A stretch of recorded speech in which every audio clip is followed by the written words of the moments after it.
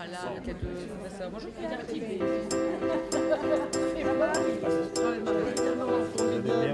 Oui, ça fait une éternité. Avant de commencer, permettez-moi un tout petit mot pour dire merci.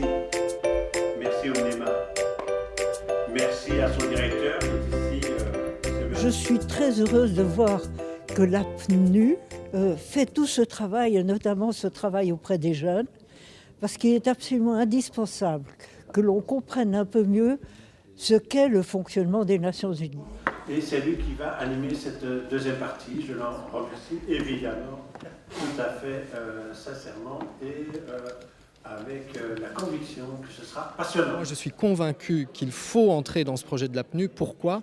Parce que c'est un projet qui peut, si on est un tout petit peu rêveur comme moi, changer le monde. Et aujourd'hui, il y a des tas de raisons de se plaindre de la manière dont tourne le monde.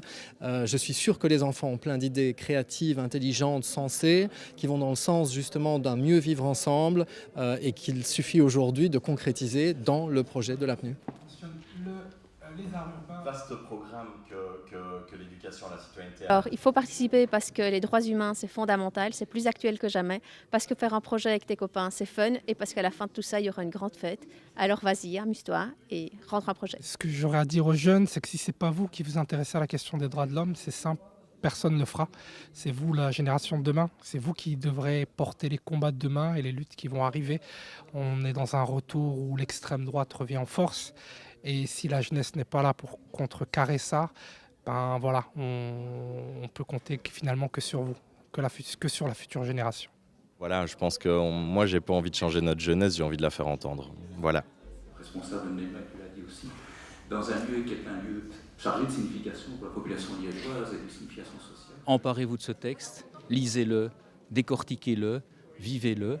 C'est à la fois un point de départ, aussi une arrivée, un point de départ et à mettre en œuvre tous les jours. En droit international. Alors justement, je voulais commencer avec vous. Article 29, paragraphe 1, autrement dit, l'individu a des devoirs envers la communauté dans laquelle seul le libre et plein développement de ses personnalités est possible.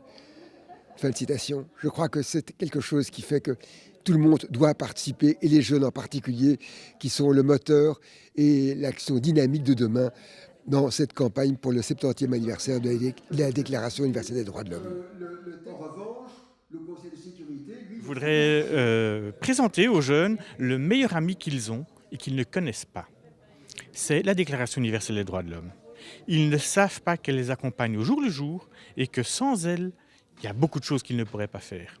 Et donc la découvrir, l'apprécier, l'aimer et la défendre quand elle est attaquée, eh bien, ça c'est une belle mission. Les réseaux, l'administration... Participez parce que cette déclaration universelle des droits de l'homme, c'est votre déclaration. Et donc lisez-la, prenez-la en main, discutez-en avec vos amis autour de vous. Et puis essayez de faire effectivement une réalisation. Et en tout cas, la RTBF, elle est disponible et à votre disposition pour éventuellement vous aider à réaliser un programme ou une activité. On est à votre disposition. Participez à la campagne parce que simplement vous êtes des hommes. C'est une déclaration des droits de l'homme, donc ça vous concerne. Vous avez 5 sens, donc une chose à dire.